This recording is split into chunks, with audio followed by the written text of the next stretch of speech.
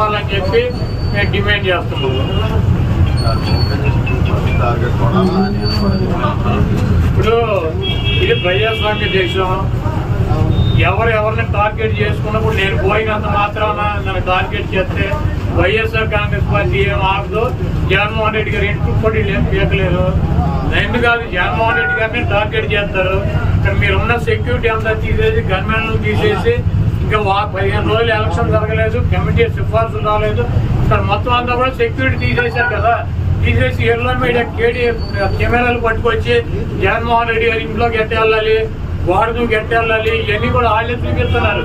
కాబట్టి ఇక్కడ టార్గెట్ ఎవరు దొరికితే ఆ టార్గెట్, ఇటువంటి వాటికి భయపడే ప్రసక్తి లేదు. ఎవడెవడికి టార్గెట్, ఎవడెవడి చేతులు ఏం రాసుకుందో అవన్నీ పైన ఉన్నటువంటి భగవంతుడు నిర్ణయిస్తాడు.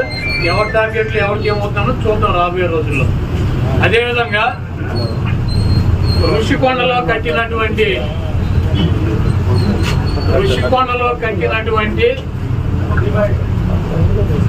పర్యాటక కేంద్రంలో కట్టినటువంటి భవనాలని ఈ సిగ్గు ఎక్కువ లేనటువంటి తెలుగుదేశం పార్టీ, ఈ సిగ్గు ఎక్కువ లేనటువంటి ఎల్లో మీడియా అది జగన్మోహన్ రెడ్డి గారి నివాసం అని చెప్పి చూపిస్తున్నారు 3 రోజుల నుంచి. వెళ్ళి జగన్మోహన్ రెడ్డి గారు అక్కడ నివాసం ఉన్నాడా? జగన్మోహన్ రెడ్డి గారు 2014 నుంచి 19 దాకా ప్రతిపక్ష నాయకుడుగా ఉన్నాడు. ఆయన కార్యాలయం లోటస్ పాండ్, ఇల్లు లోటస్ పాండ్. ఆయన లోటస్ పాండ్ హైదరాబాద్ నుంచే ప్రతిపక్ష నాయకుడికి ఉన్న 5 సంవత్సరాలు నడిపాడు. ముఖ్యమంత్రి అయిన తర్వాత 5 సంవత్సరాలు ఈ తాడేపల్లిలో ఉన్నటువంటి ఇల్లు క్యాంప్ ఆఫీస్ ఇక్కడి నుంచే నడిపాడు. ఆయన కార్యాలయాన్ని కానీ ఇంటిని కానీ. జగన్మోహన్ రెడ్డి గారి రక్తంలో లేదు. ప్రభుత్వం కట్టించినటువంటి ఇళ్లలో ఉండటం కానీ, ప్రభుత్వం కట్టించినటువంటి గెస్ట్ హౌస్ లో ఉండేటువంటి కర్మ జగన్మోహన్ రెడ్డి గారికి పట్టల. జగన్మోహన్ రెడ్డి గారు వైజాగ్ లో సొంత ఇల్లు కట్టుకున్నాక అక్కడ షిఫ్ట్ అవుతాడు.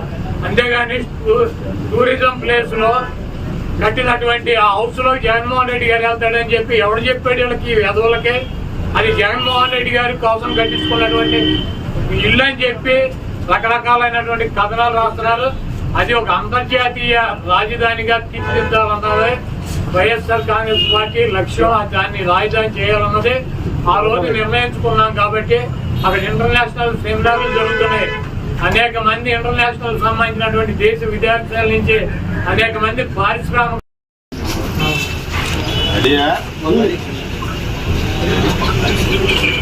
ఈరోజు వైఎస్ఆర్ కాంగ్రెస్ పార్టీ కార్యాలయంలో వైఎస్ఆర్ కాంగ్రెస్ పార్టీ అధ్యక్షులు శ్రీ జగన్మోహన్ రెడ్డి గారి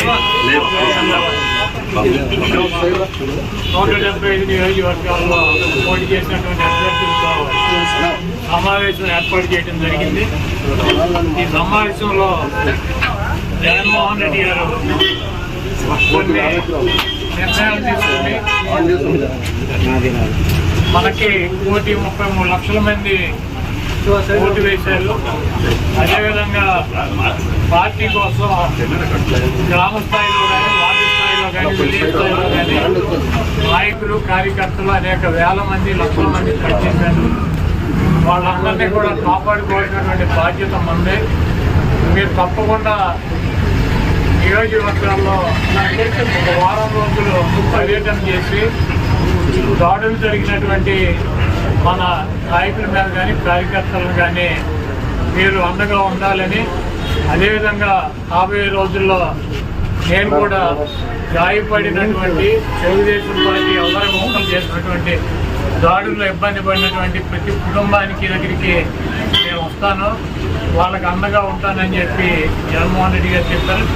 అదేవిధంగా మన జరిగినటువంటి ఎన్నికల్లో ఇంత మంచి చేసి ఇన్ని రకాలైనటువంటి సంక్షేమ కార్యక్రమాలు అందించి మనం ఓడిపోయాము.